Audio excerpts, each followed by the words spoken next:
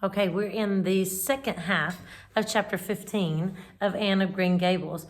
And they're in the classroom, and Anne has just finished saying, "I think your Gilbert Blythe is handsome," confided Anne to Diana, "but I think he's very bold. It isn't good manners to wink at a strange girl." But it was not until the afternoon that things really began to happen. Mr. Phillips was back in the corner explaining a problem in algebra to Prissy Andrews, and the rest of the scholars were doing pretty much as they pleased, eating green apples, whispering, drawing pictures on their slates, and driving crickets harnessed to strings up and down the aisle. Gilbert Blythe was trying to make Anne Shirley look at him, and failing utterly, because Anne was at that moment totally oblivious, not only of the very existence of Gilbert Blythe, but of every other scholar in Avonlea School and of Avonlea School itself.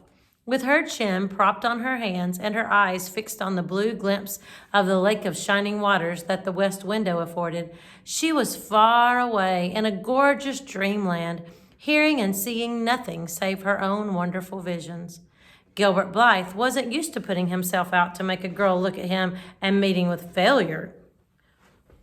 She should look at him, that red-haired Shirley girl with the little pointed chin and the big eyes that weren't like the eyes of any other girl in Avonlea. Gilbert reached across the aisle, picked up the end of Anne's long red braid, held it out at arm's length, and said in a piercing whisper, "Carrots! Carrots!" Then Anne looked at him with vengeance.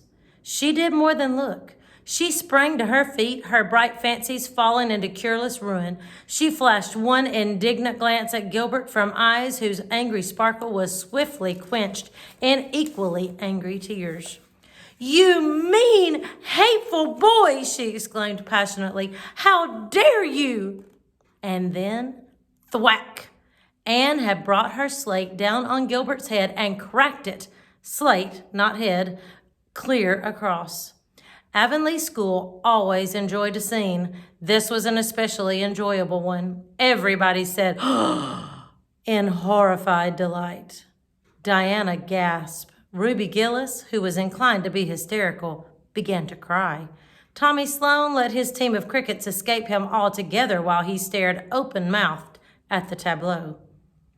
Mr. Phillips stalked down the aisle and laid his hand heavily on Anne's shoulder. "Anne Shirley, what does this mean?" he said angrily. Anne returned no answer.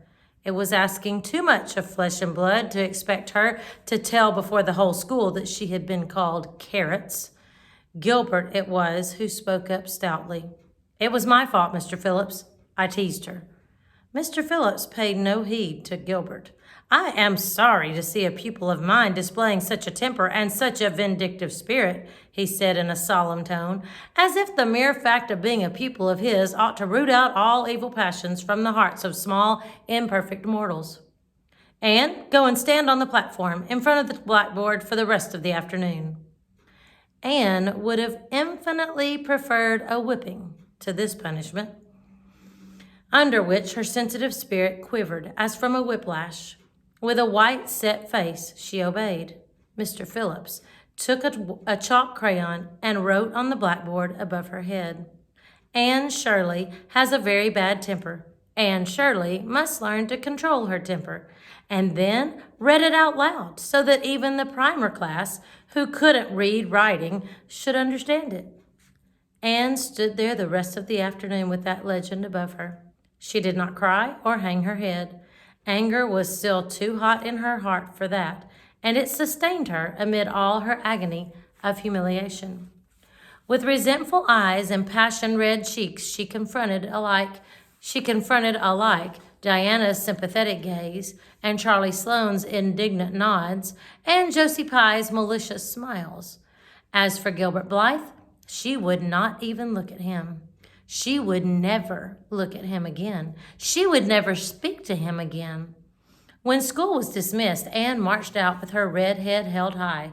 Gilbert Blythe tried to intercept her at the porch door. "I'm awfully sorry I made fun of your hair, Anne," he whispered contritely. "Honestly, I am. Don't be mad for keeps." Anne swept by disdainfully, without look or sign of hearing. Oh, how could you, Anne? Breathed Diana as they went down the road, half reproachfully, half admiringly. Diana felt that she could never have resisted Gilbert's plea. I shall never forgive Gilbert Blythe, said Anne firmly. And Mr. Phillips spelled my name without an E, too. The iron has entered into my soul, Diana. Diana hadn't the least idea what Anne meant, but she understood it was something terrible. You mustn't mind Gilbert making fun of your hair, she said soothingly. Why, he makes fun of all the girls. He laughs at mine because it's so black. He's called me a crow a dozen times, and I never heard him apologize for anything before either. There's a great deal of difference between being called a crow and being called carrots, said Anne with dignity. Gil Blythe has hurt my feelings excruciatingly, but Diana. It is possible the matter might have blown over without more excruciation if nothing else had happened. But when things begin to happen, they are apt to keep on. Avonlea scholars often spent noon hour picking gum in Mr. Bell's spruce grove over the hill and across his big pasture field. From there, they could keep an eye on Eben Wright's house, where the master boarded. When they saw Mr. Phillips emerging therefrom, they ran for the schoolhouse. But the distance being about 3 times longer than Mr. Wright's lane, they were very apt to arrive there, breathless and gasping, some 3 minutes too late. On the following day, Mr. Phillips was seized with one of his spasmodic fits of reform and announced, before going home to dinner, that he should expect to find all the scholars in their seats when he returned. Anyone who came in late would be punished. All the boys and some of the girls went to Mr. Bell's spruce grove as usual, fully intending to stay only long enough to pick a chew. But spruce groves are seductive, and yellow nuts of gum beguiling. They picked and loitered and strayed, and as usual, the first thing that recalled them to a sense of the flight of time was Jimmy Glover shouting from the top of a patriarchal old spruce, "Master's coming!" The girls, who were on the ground, started first and managed to reach the schoolhouse in time, but without a second to spare.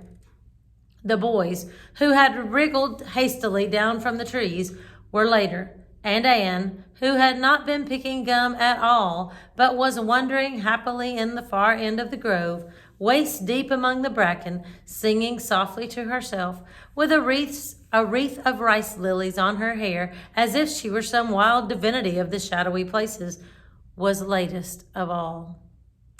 Anne could run like a deer, however. Run she did, with the impish result that she overtook the boys at the door and was swept into the schoolhouse among them, just as Mr. Phillips was in the act of hanging up his hat.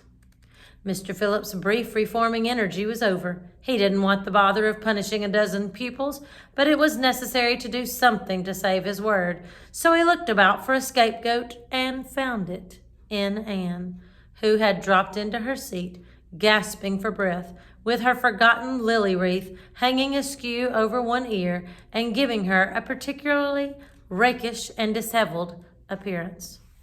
"Anne Shirley, since you seem to be so fond of the boys' company, we shall indulge your taste for it this afternoon," he said sarcastically. "Take those flowers out of your hair and sit with Gilbert Blythe." The other boys snickered. Diana, turning pale with pity, plucked the wreath from Anne's hair and squeezed her hand. Anne stared at the master, as if turned to stone. "Did you hear what I said, Anne?" queried Mr. Phillips sternly. Excuse me. "Yes, sir," said Anne slowly, "but I didn't suppose you really meant it." "I assure you I did." Still the sarcastic inflection which all the children, and Anne especially, hated. It flicked on the raw. "Obey me at once." For a moment, Anne looked as if she meant to disobey. Then, realizing that there was no help for it, she rose haughtily, stepped across the aisle, sat down beside Gilbert Blythe, and buried her face in her arms on the desk. Ruby Gillis, who got a glimpse of it as it went down, told the others going home from school that she'd actually never seen anything like it. It was so white, with awful little red spots in it. To Anne, this was as the end of all things. It was bad enough to be singled out for punishment from among a dozen equally guilty ones. It was worse still to be sent to sit with a boy. But that boy should be Gilbert Blythe was heaping insult on injury to a degree utterly unbearable. Anne felt that she could not bear it, and it would be of no use to try. Her whole being seethed with shame and anger and humiliation. At first, the other scholars looked and whispered and giggled and nudged, but as Anne never lifted her head, and as Gilbert worked fractions as if his whole soul was absorbed in them and them only, they soon returned to their own task, and Anne was forgotten. When Mr. Phillips called the history class out, Anne should have gone, but Anne did not move. And Mr. Phillips, who had been writing some verses to Priscilla before he called the class, was thinking about an obstinate rhyme still and never missed her. Once, when nobody was looking, Gilbert took from his desk a little pink candy heart with a gold motto on it, "You are sweet," and slipped it under the curve of Anne's arm. Whereupon Anne arose, took the pink heart gingerly between the tips of her fingers, dropped it on the floor, ground it to powder beneath her heel, and resumed her position without deigning to bestow a glance on Gilbert. When school went out, Anne marched to her desk, ostentatiously took out everything therein, books and writing tablet, pen and ink, testament and arithmetic, and piled them neatly on her cracked slate. "What are you taking all those things home for, Anne?" Diana wanted to know, as soon as they were out on the road. She had not dared to ask the question before. "I'm not coming back to school any more," said Anne. Diana gasped and stared at Anne to see if she meant it. "Will Marilla let you stay home?" she asked. "She'll have to," said Anne. "I'll never go to that school, to that man again."